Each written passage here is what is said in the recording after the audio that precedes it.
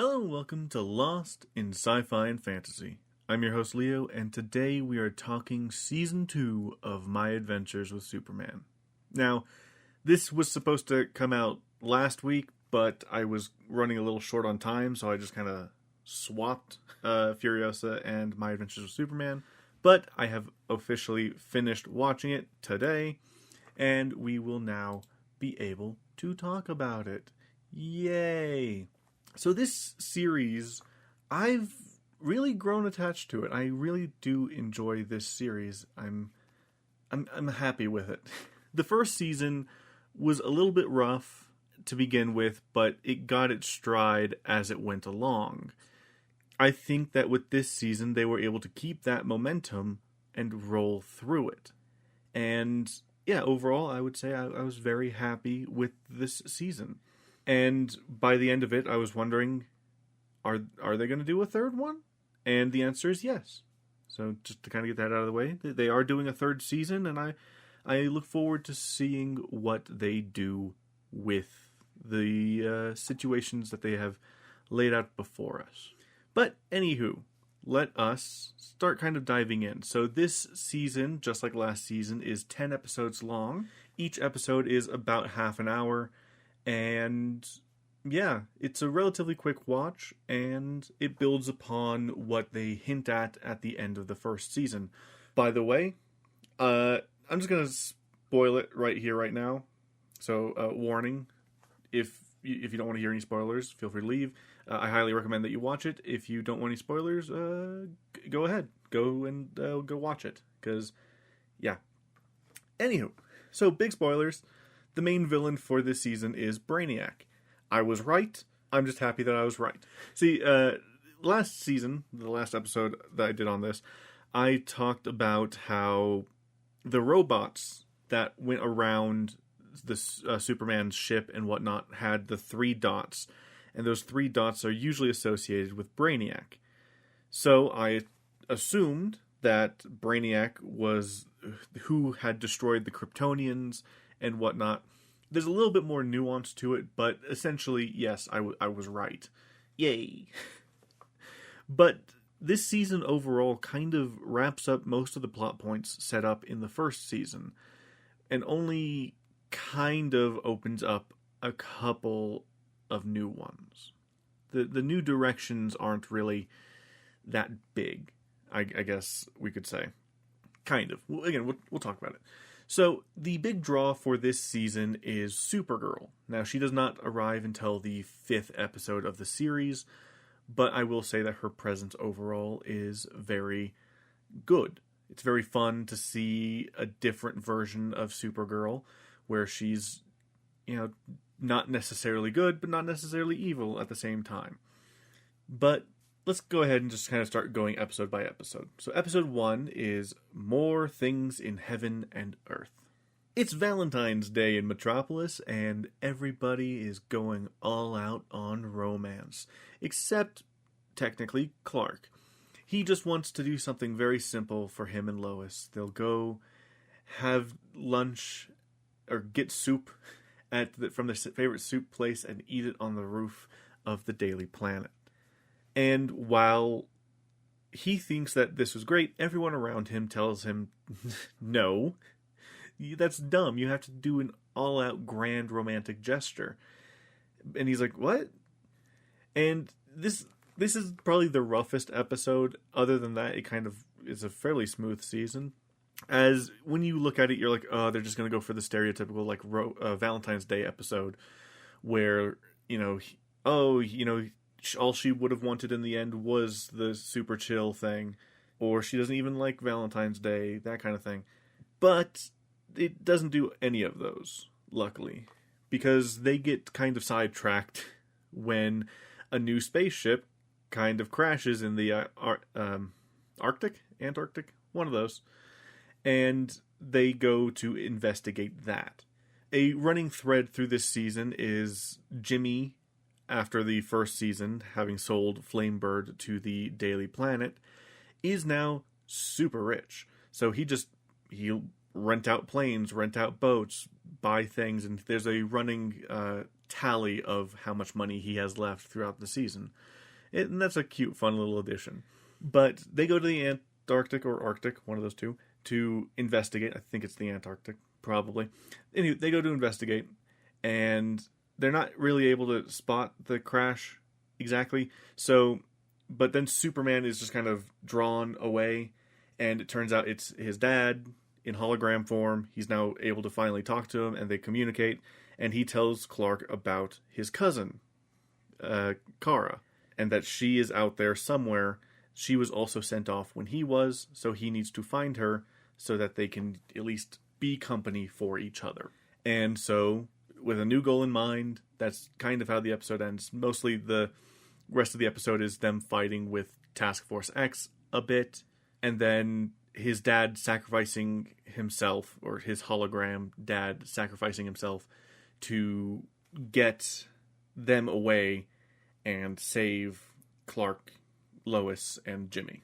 And they have a nice little romantic moment. We learned that Lois wouldn't have really cared because she didn't even know that it was Valentine's Day. But anyway, they have a nice little moment, and that's the episode. He does ask her if it ever bothers her that he is not human.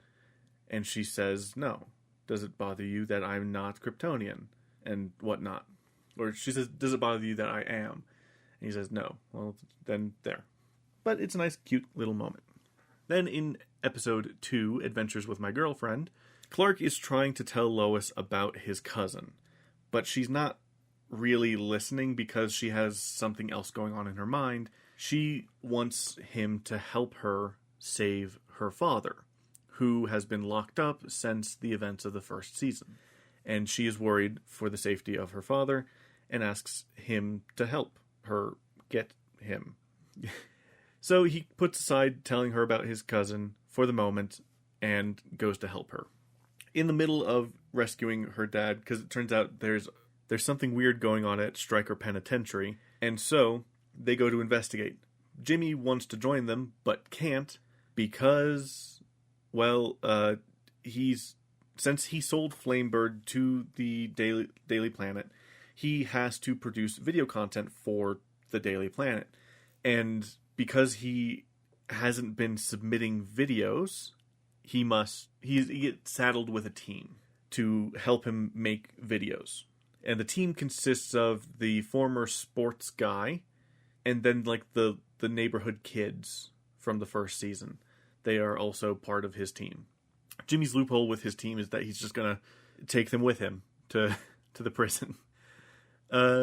Meanwhile, Lois and Clark are going through the penitentiary. They'd been asked by a kid whose dad worked at the library in the penitentiary to try and find their dad, because he had been talking about how some weird stuff was going on there, and then he disappeared.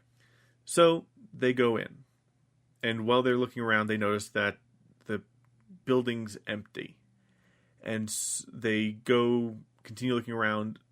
Clark does end up telling Lois at some point, I believe it's after they go into the main bit of the penitentiary, where they find an elevator shaft that had been like painted over, and Lois just kind of drops in, and he goes and catches her, and they have another cute romantic moment. But as they're exploring through and they end up finding the prisoners and whatnot, he does end up telling her that, hey, like, my cousin, she's here, or she's somewhere, like, I need to find her, and I need the beacon, which should be somewhere around here. And she's like, the main focus is my dad, but I don't think you should get the beacon, because as it is, everyone already kind of hates you for some reason, or at least a lot of people hate you. Do you really want to drag her into that? And also, do you want, we don't know what state she's in. She could end up potentially being crazy and killing people. Who knows? That would be insane, right? But as they're going through, they find her dad, and they start kind of working out a way of breaking out. They make a grand escape. Superman fights off some more of Task Force X and gets the beacon while he's at it. And then they leave. Jimmy and his Flameboard crew come in on a boat that he rented, and they make their escape.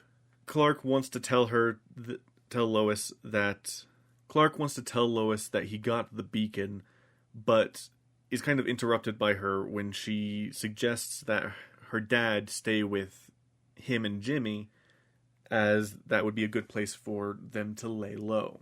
Clark's not super stoked about it, but he goes along with it because whilst he doesn't get along with her dad, he would do anything for her.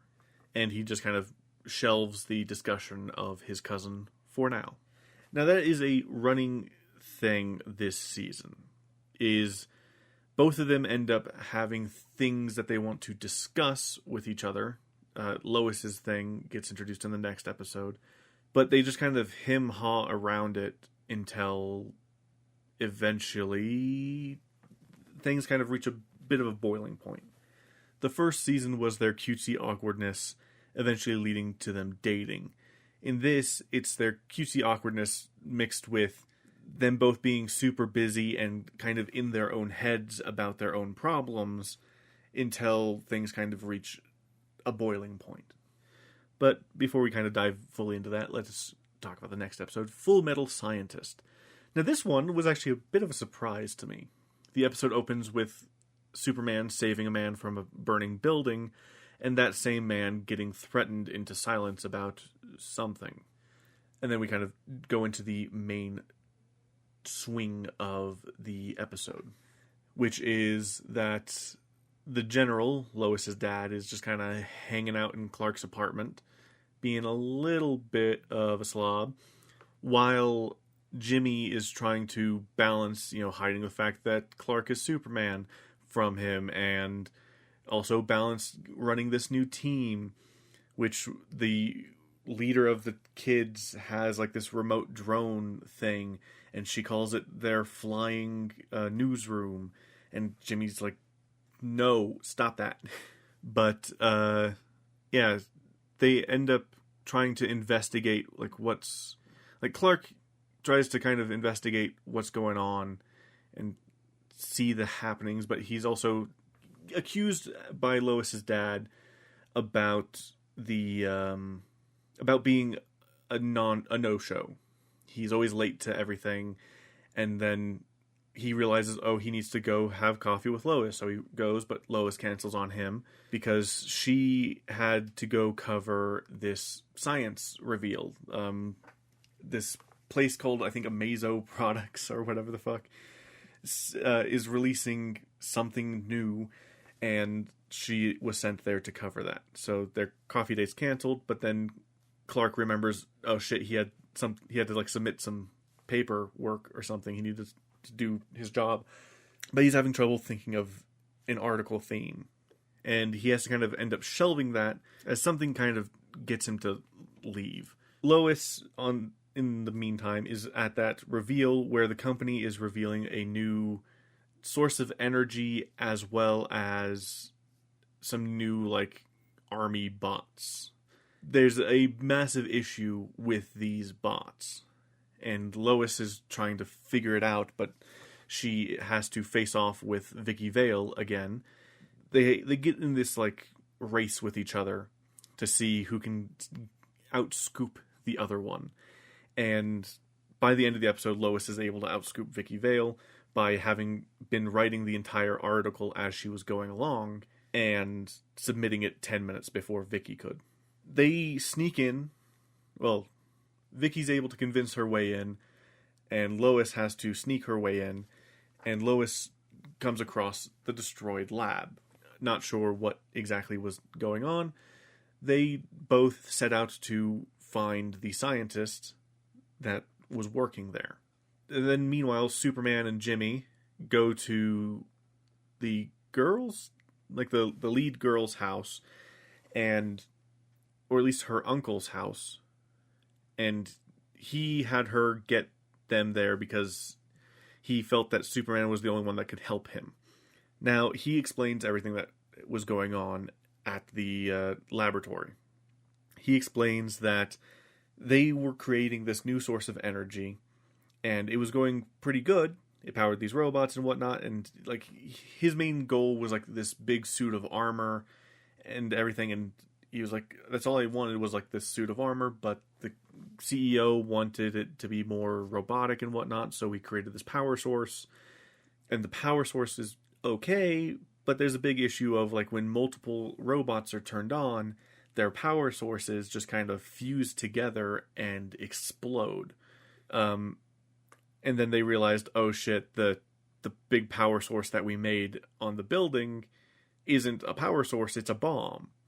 And if we end up turning this shit on and activating it for long enough, especially trying to put these security robots out into the world, it will just explode and potentially level the city. The CEO's like, I don't care, fix the issue. But when they refused to, and they took evidence with them, he ended up hiring Livewire to go intimidate them into silence. While he's explaining this, Lois and Vicky show up, and then Livewire shows up. Livewire ends up destroying his evidence and everything, and so instead they have to go. The CEO in a panic ends up activating the security system as well as the power source, and they all go to the lab to shut it down. He also ends up destroying the controls, and it's a big hullabaloo. They're able to destroy the robots and contain the power source and eventually destroy it so it dissipates, as the scientist takes up a suit of armor and a big old hammer and starts, taking out the supports. Now, this is the character of Steel, which is a character that's actually been kind of having a bit of a resurgence of late, which I do kind of appreciate. Steel was one of the Superman replacements back in the 90s, I think, when Superman died. There was a whole bunch of Supermen, including Steel, that came out of the woodwork, and lately his character kind of disappeared for years after that, having one movie with Shaq, I believe, and then that was it. But they have been reusing his character more recently, and I think it's a good thing. He's been appearing mostly in animated projects. I think he's also appeared in the CW universe, possibly. Don't quote me on that, but I do appreciate them using his character more. But he helped destroy the power source and whatnot and get things cleaned up, and that is what Clark decides to do, and that for his article is, say, hey, while Superman once again helped save the day, it was truly him who actually saved the day when Superman couldn't. Superman could only hold it back for so long, and it was him who was able to take out the supports and actually save the city. So he properly gives credit to who did the saving. Meanwhile, Lois is approached by Vicky, since Lois was able to submit the article just in time, and Vicky offers her a job, saying, hey, you could be my second best reporter, give it a thought. That way, you would have more chance of moving up. And Lois kind of contemplates it. And that is her kind of thing that she's holding back. So she's holding back for this season the fact that she's been offered a job, and he's been holding back the fact that he has a cousin. Well, he hasn't necessarily been holding it back, because she knows, but he wanted her to be there with him when he made his choice to call her. But that is episode 3. Episode 4 is Two Lanes Diverged. This primarily revolves around Lois and her father, and shows Lois growing up and what it was like for her to grow up with her father, and explains kind of her attitude towards him and his teachings, quote unquote. And it's because it revolves around them because he kind of skips out. She goes to tell him about the job offer just to find that he's gone. Now, he had a small scene with Clark and Jimmy when Jimmy gets an invitation to the Star Labs symposium. And he looks at them and goes, and he gets a text saying that they know, he's been made. So he bugs out. Lois follows and tracks him down, Well, we get flashbacks of him training her. And they are indeed being hunted down by Task Force X. So she helps him give them the slip every so often, as she just kind of follows him around as he's collecting stuff to bug out. But it turns out that his friend, who gave him the warning, didn't give him the warning to give him a heads up. It was to flush him out, as he's working with Waller. So they once again try to make a bit of an escape, but end up getting cornered at the symposium. Now, the symposium, Jimmy was invited because he's best friends with Superman. And the whole topic was on aliens and whatnot, so they wanted him to be one of the key speakers. In fact, it was a little bit more of a trap/debate. And the idea was the discussion of Superman. I believe the discussion was called the Superman problem. And they have this discussion where Jimmy is trying his damnedest to defend Superman, but everyone's kind of against him. And when Lois and her dad kind of bust into the symposium, Superman goes and helps them, but everyone just kind of sees that Superman destroyed the symposium, destroyed all of this tech and whatnot, because the big question that Lex was posing, because we do find out that this guy is Lex Luthor. He finally gets like a proper name drop in the 3rd episode of season 2, where he's like, my name's Lex Luthor. And boom, yay.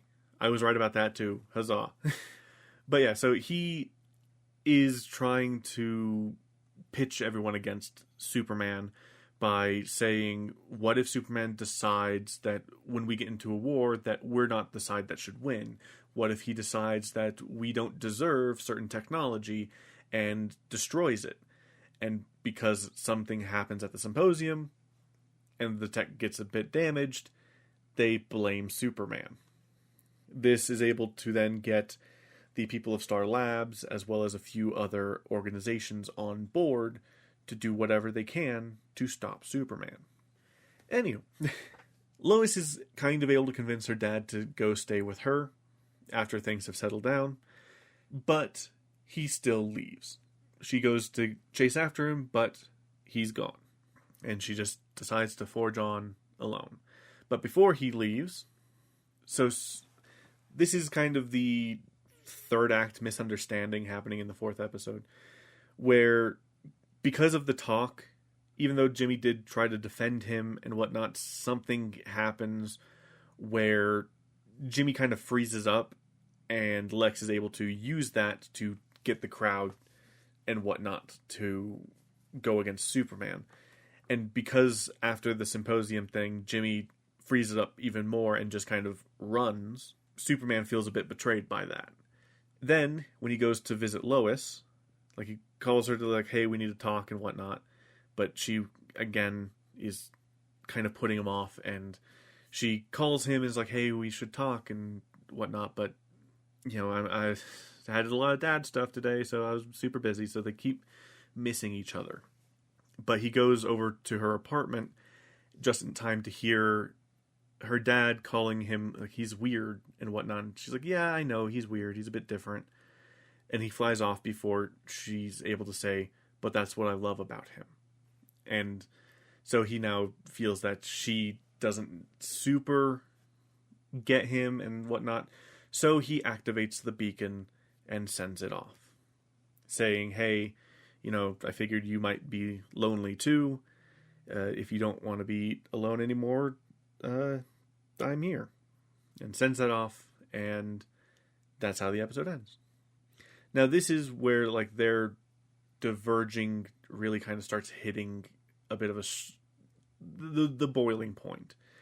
They've been missing each other constantly, you know, they've been breaking dates, they've been, like, even though he's been constantly trying to talk to her, she's been kind of so wrapped up in her own problems that she hasn't been responding. But conversely, she feels like she's been trying to talk to him, but they've also been just missing each other. So, yeah. Then episode 5, Most Eligible Superman. While Lois and Clark are trying to find a time to properly talk with each other, they are taken aside by Perry, who assigns them to Metropolis's most eligible bachelor contest thing. He wants them on it because Superman is one of the finalists in the competition, and he feels like if they were to go, Superman will go, and Superman will go because it's for charity. And so he needs his best Superman reporters on the Superman case. And so they go. But Clark wants to take Jimmy along with them, have the gang together to do a little report. But he's having trouble getting a hold of Jimmy. Jimmy, meanwhile, is trying to send some kind of message to Clark, but he doesn't know quite how to say it because he doesn't know what to say or how to apologize for the situation. When he comes across a girl who is just kind of standing in the middle of the road, facing off against a truck. He saves her, and they go on a little date. And it turns out she is Kara, Superman's cousin. And they go on this little date. He shows her ice cream and hot dogs, and they just go around and have fun. They watch the sunset together. They're very cute. Then he realizes, you know what, I just need to nut up and go talk to Clark. So let's go. And they go.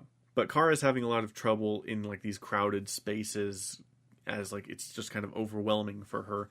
She doesn't fully like what's going on, but she sees Superman on the stage, and she's like, you found him. And he's like, wait, your cousin's Superman? But she's already gone. And he notices that she had bent the handrail in her frustration at the cacophony around her.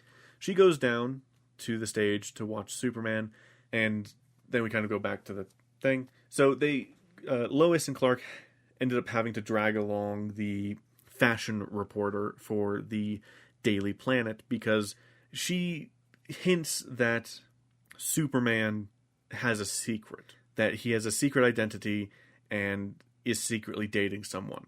Lois is scared that this person knows that she's dating Superman and that Superman is Clark. But that's not the case.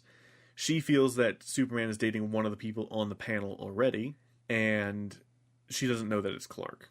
And when Superman does finally arrive at the thing, he leaves to fill the meter and comes back as Superman. He takes a seat and he's chatting with the person next to him, who is the person actually running the charity. And he's like, that's fabulous work. If you need any help with that, I would be very happy to help with that. And that is where it's kind of implied that, they have good-ish chemistry together and whatnot. She's very flirty with him. So the fashion reporter says, it's obvious he's probably dating her. And Lois kind of freaks out at this and says, why couldn't it be me? And the fashion reporter is like, what? Just be happy with what you have with Clark. And leave it at that. They're super interesting people. The least interesting person climbed Everest 7 times. You're a reporter. That's it. So when Lois sees the charity lady getting a little too flirty, she breaks down and cries and runs off. And Superman goes to go after her, and Kara comes up in front of him and says, hey, I've been looking for you everywhere. It's great to see you. And he's like, sorry, I'll have to talk with you later. Not knowing that it was Kara. Kind of pushes her off to the side. Not, forcibly or anything. Just kind of goes around her and goes after Lois. And they start talking, finally, where I believe this is where she mentions the fact that she got a job offer. They haven't been talking. And he's like, I've been trying to talk with you. I wanted you to be there when I sent off the beacon. And she's like, you did what now? But it's kind of a thing where she's like, I don't think this is working. And he's like, are you breaking up with me? And before she can fully reply, Kara comes kicking down the door and is like, I did not come here to get brushed off by you. While there are some nice things here, this planet kind of stinks. So come on, let's take over this dump and let's go. And then they have a big fight, and she ends up kidnapping Clark and going away because she is told by her father to bring him back. Because, like, ooh, he has interesting power. Instead of killing him, bring him back. We'll do something with him. And so she takes him, and they leave. And that's how episode 5 ends. With Jimmy and Lois watching as Superman is taken up into the sky. Episode 6. The Machine Who Would Be Empire. So, Clark wakes up in space on Kara's ship. Kara tries to kind of like calm him down a bit, but he's kind of freaking out because in space and I want to go home.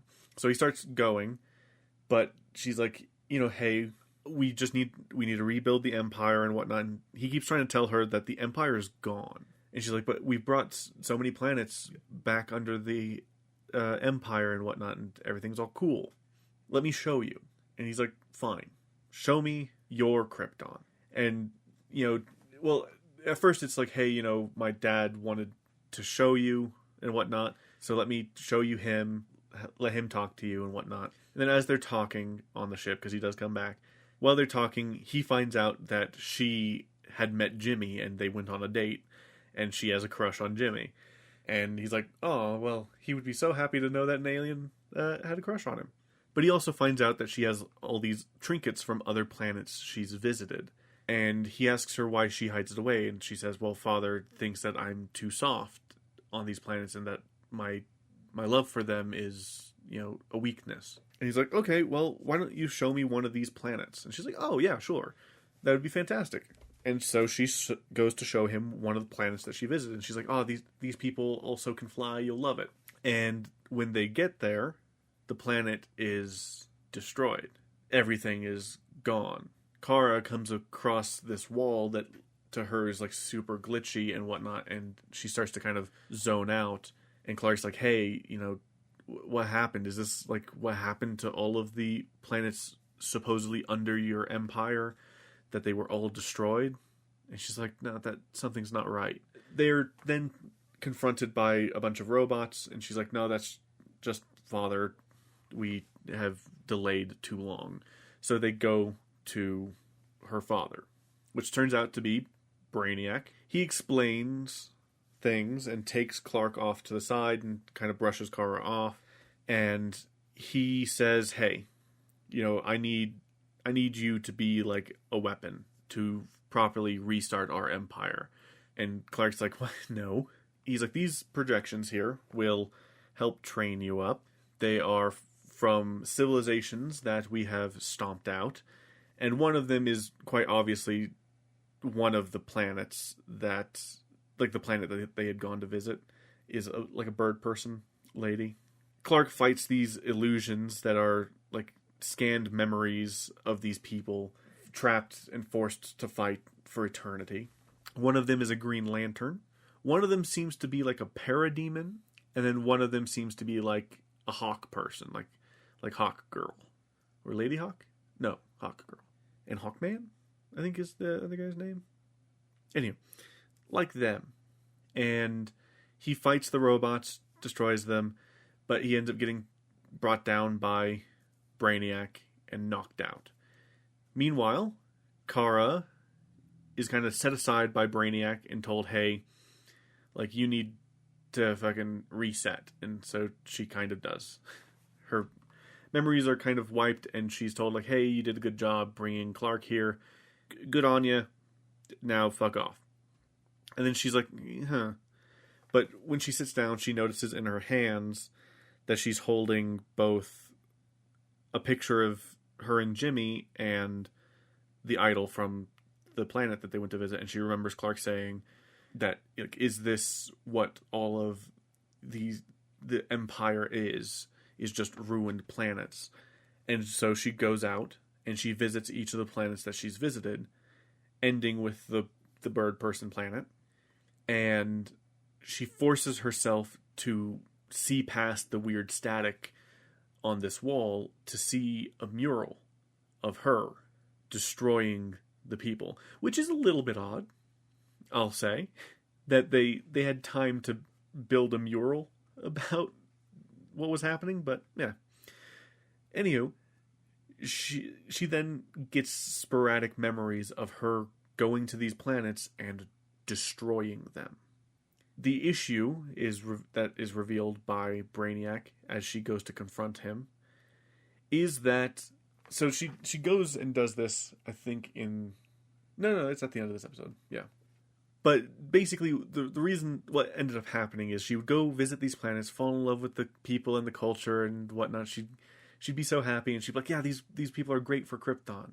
But Brainiac wouldn't see it that way. And when he would order her to kill them, she would refuse. So he would have to override her, take control of her, and force her to destroy everyone. And then he would wipe her memory. So that's kind of what was happening. She has a breakdown and goes floating in space crying when a ship kind of plops in, and she stops it and looks in and sees Jimmy, Lois, the gorilla, and the brain guy. And she's kind of shocked that they're there. Then the episode ends. And then we get the next episode, Olsen's 11, which explains that half of the story, where Lois and Jimmy are trying to figure out what to do, they can do to try to get Clark back. And their plan is to steal a ship from Star Labs, go to space, and get Clark back. Another issue that they're running into is that Amanda Waller has kind of established martial law and has taken control of the city and is put in a curfew. Now, Lois's main motivation for trying to get back to Clark is because, well, she feels like absolute shit that she technically broke up with him right before he ended up getting kidnapped and disappearing. And she wants to make things right. She was just scared that he was going to leave her like everyone has left her. You know, it's basically saying that part of her motivation for trying to break up with him was, one, everyone she's loved has left her at some point. Her mother died while she was young, and her father keeps just kind of disappearing on her. And she was scared that Clark would also leave her, and she figured that it would be best to kind of get ahead of the issue and just kind of cut it off. But she immediately regretted it, but he was kind of stuck in a fight and then kidnapped before she could do anything to reverse it. So they set off on their plan. And he asks, oh, okay, so how are we going to break in? And she's like, oh, we'll hire someone to help us do it. And it's Livewire. And they're like, okay, sure. How? And she's like, I used up all of my connections and found out where her last residence is. They go find it. It's a pretty nice apartment building. Ring her apartment, and she's like, what? And Jimmy pretty much shows the check. He's like, hey, I'm willing to pay you. And she's like, I need to add more zeros to that. And he's like, fine, anything. And that's when he wipes out his bank account. And then they go start doing the plan.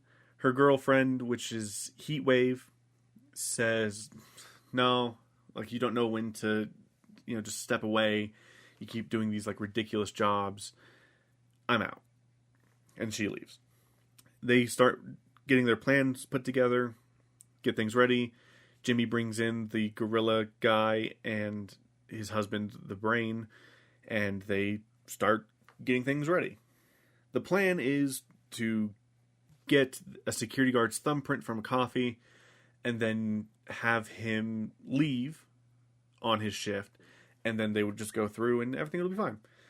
But the guard ends up staying, partially because he's been forced to do a double shift, and also Waller is in the building.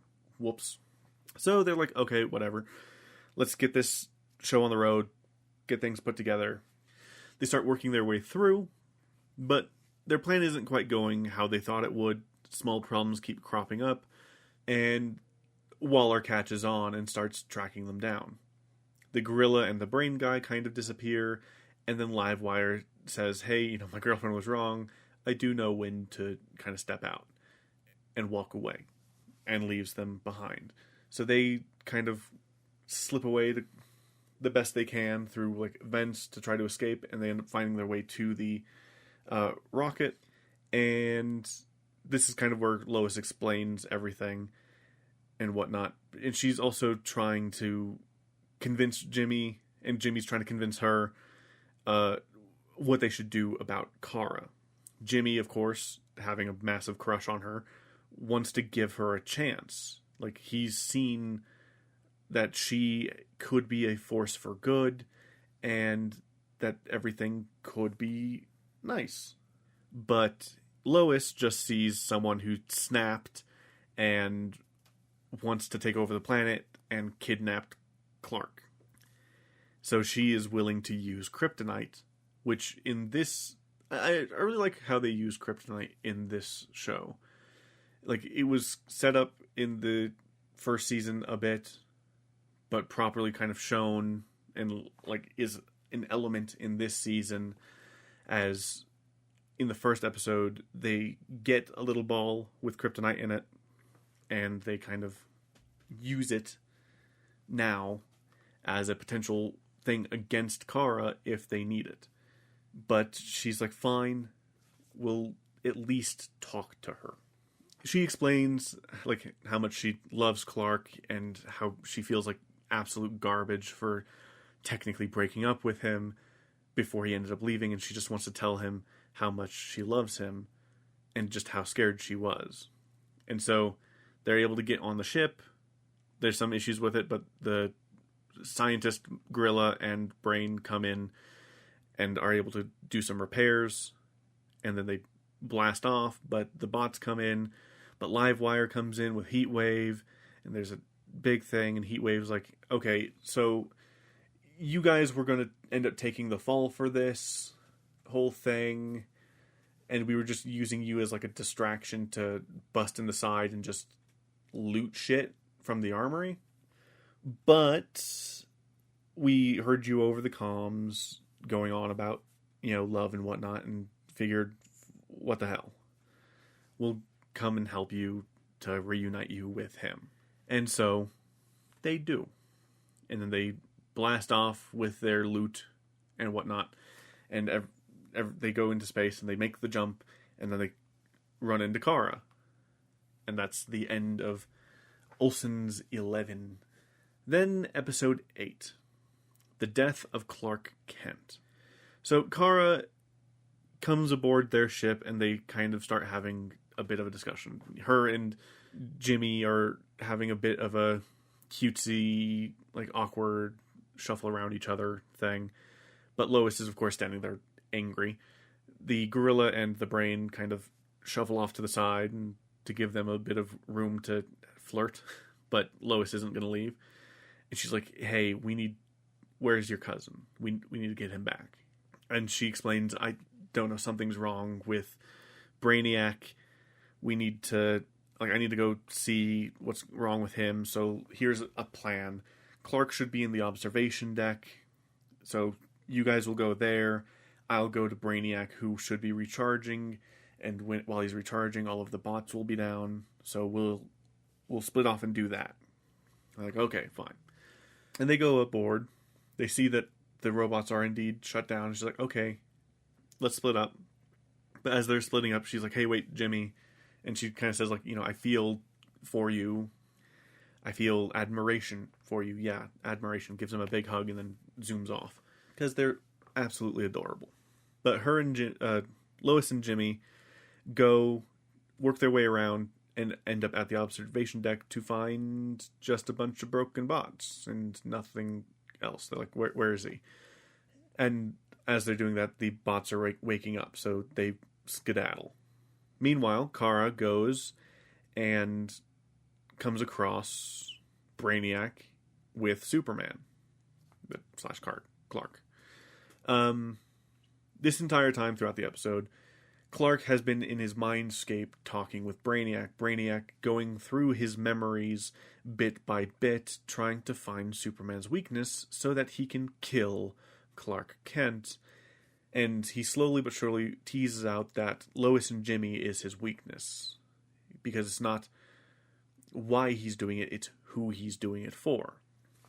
And so he starts manipulating his memories of Lois, making it to where instead of her being madly in love with him, she is constantly, like, saying, ew, alien, and whatnot.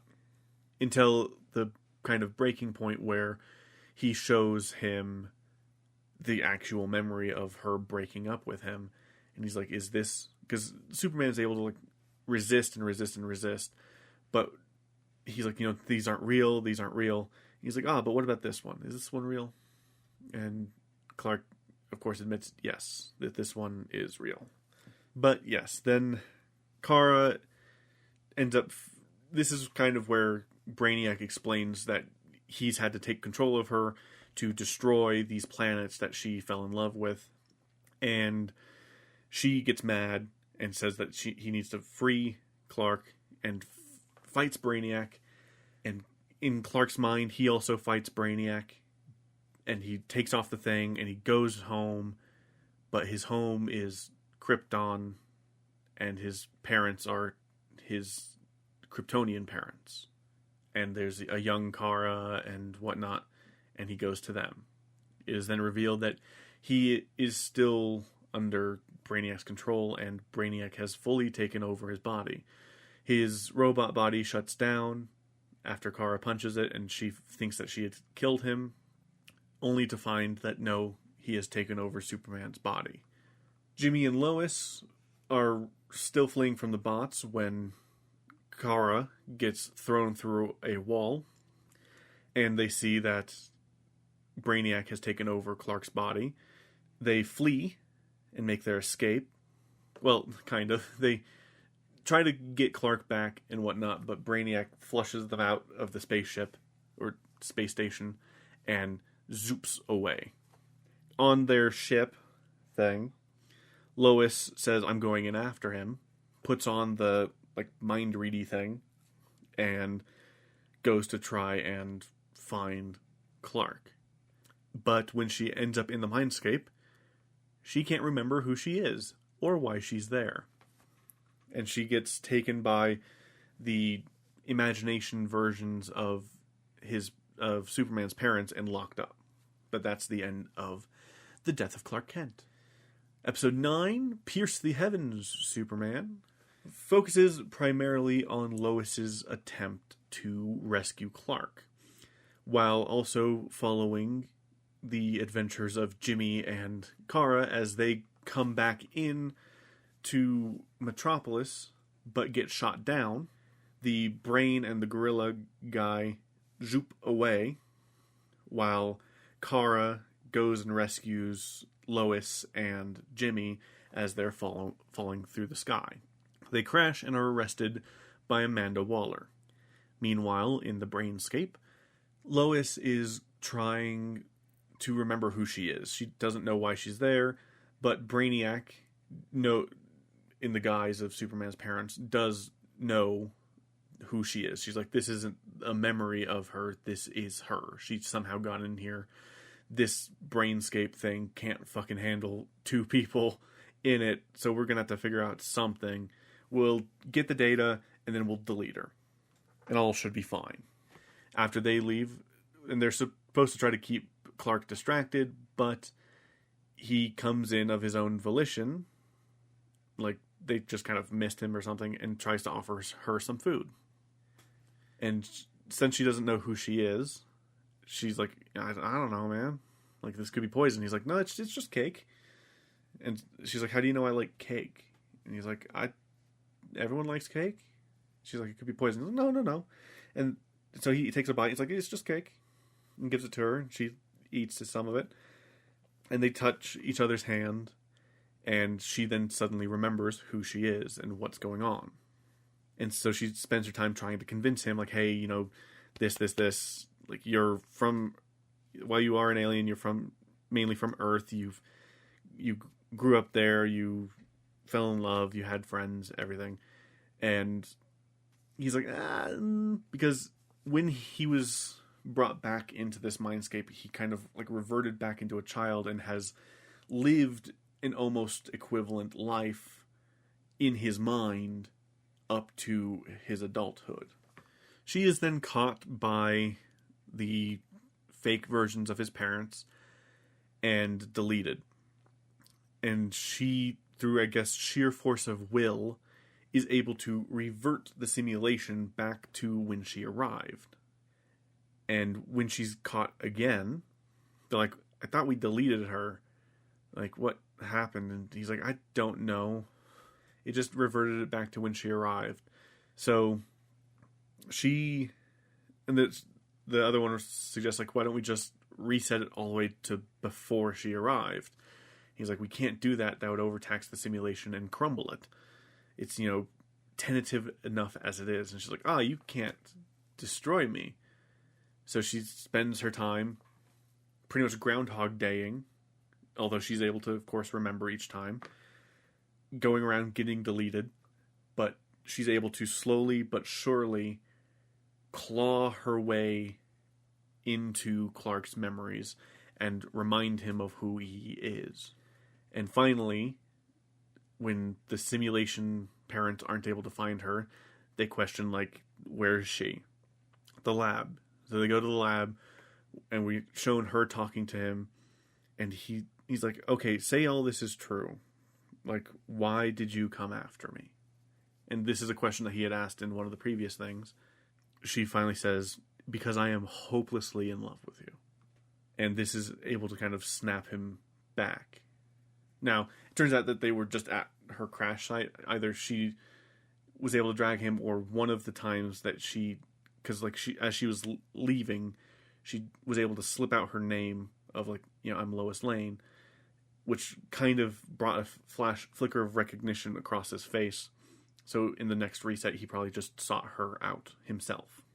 They are able to, she's break free. So he regains his memories, although he says, Lois wouldn't come after me. And she's like, what? I stole a rocket ship. I hired Livewire. I did all of this to come after you, so don't say I wouldn't, I don't love you and I wouldn't come after you. And he's like, you stole a spaceship? That's insane. Oh yeah, you are Lois. Okay. So then they both work out. Like, she's able to fight back, and she's like, but what? I don't have superpowers. And he's like, well, yeah, but, like, you're the strongest person I know. To me, you are super.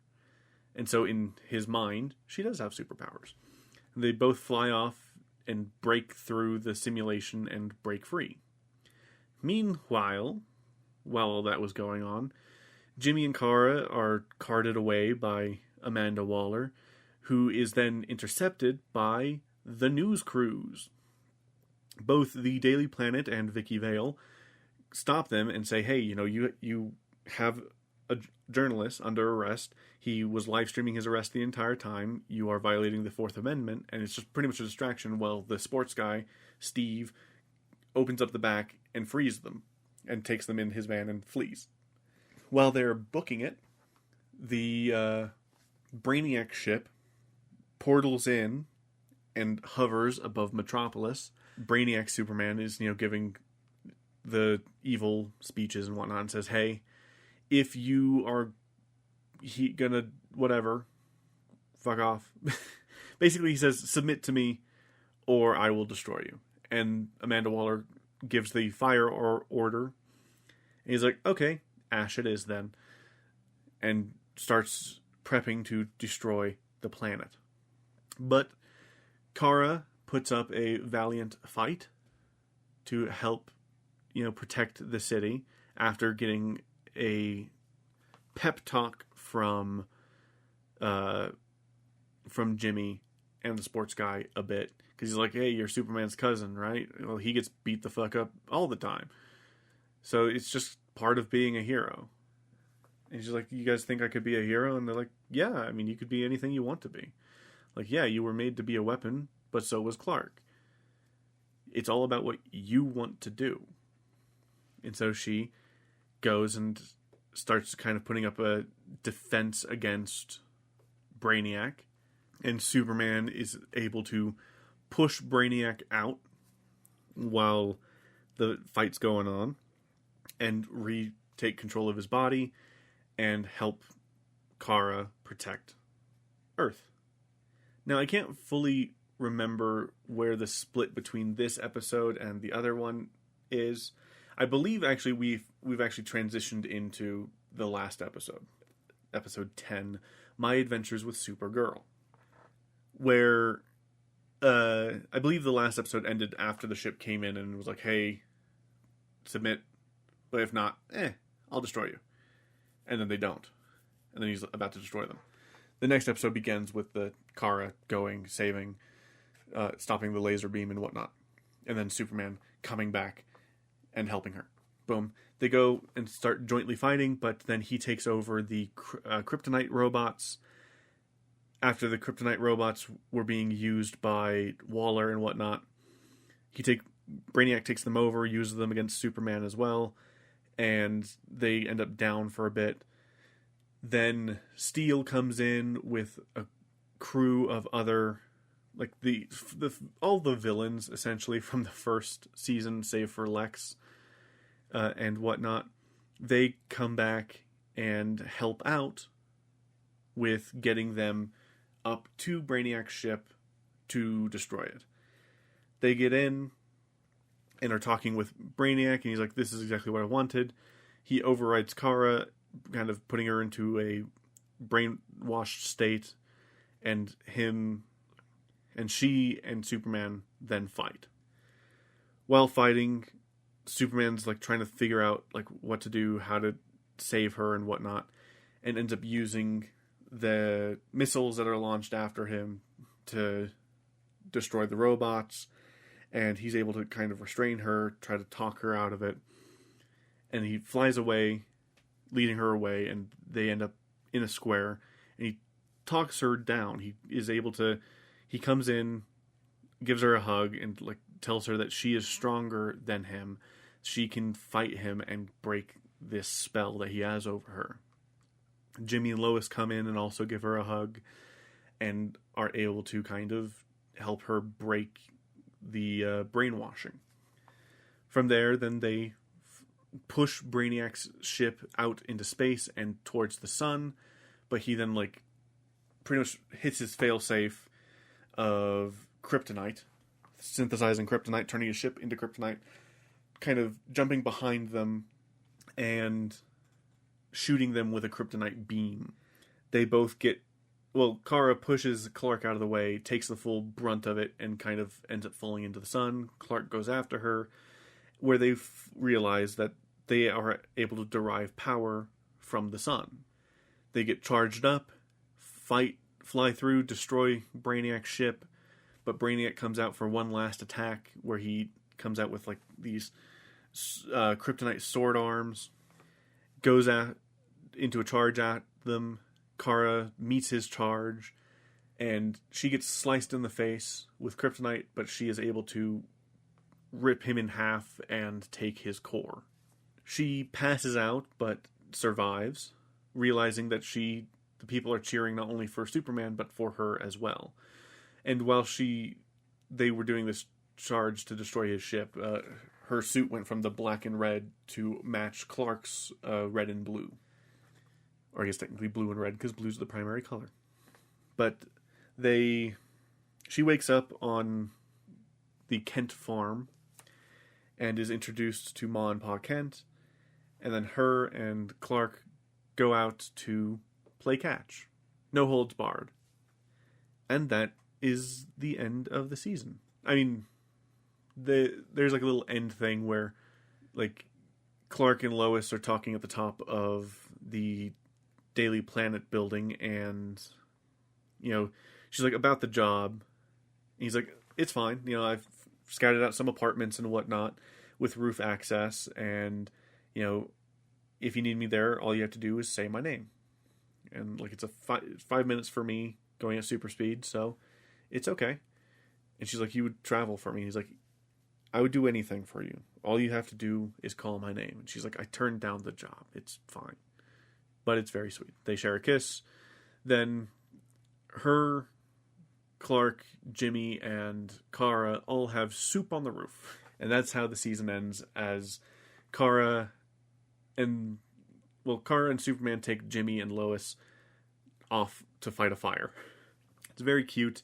And honestly, if that was the end of the season, it would work out pretty good. Or sorry, end of the series. It would work out pretty good. Sure, there were some plot threads that they kind of left open, but it would still work as a full series ending. And if they are able to kind of continue that pattern each season going on, then they won't have any issues that a lot of shows these days have with the fraught nature of streaming services, where you do not know if a series is going to survive past one season, let alone two. It's really sad, actually, but we are very lucky that season 3 has been confirmed and is kind of currently in production, so I'm very happy about that. I guess I expect it probably around July-ish, July, August next year. But this is a very good show, and it's just so good. I don't want it to end on any kind of super cliffhanger. Like, as it is, the first season ending on that super cliffhanger with, like, the reveal of Brainiac was kind of a lot. But now that we have, this, it has a decent-ish ending. If it ended there, you would be decently satisfied. You wouldn't be super satisfied, but you would be decently satisfied. Now, things that they'll probably do for the next season, they have now properly established LexCorp as an entity, because throughout the season, Lex Luthor has been kind of working his way up. He was inspired by Jimmy to, just take what he wants and, find the people to give him the resources for what he wants. It was just kind of thrown out advice that Jimmy didn't necessarily think he would fully take to heart, but Lex did. And he sought out Amanda Waller and was able to get a bunch of resources and whatnot to move forward. And he was able to start his own corporation, LexCorp. Amanda Waller is now missing. She just kind of vanished, and they're still hunting her down. The Brainiac core is still an element. It exists. So when Kara ripped it out, it glowed green, but then dimmed, like went off. Pretty much saying, like, oh, he's dead, but since it is an element that is being carried around and it hasn't been destroyed, it means that Brainiac could very well return in a future season. But other than that, those are kind of the two main villains that they've set up for potential in the future, is Lex Luthor and potential return of Brainiac. But we'll see. Otherwise, it's going to be kind of Kara getting used to the idea of being a superhero fully.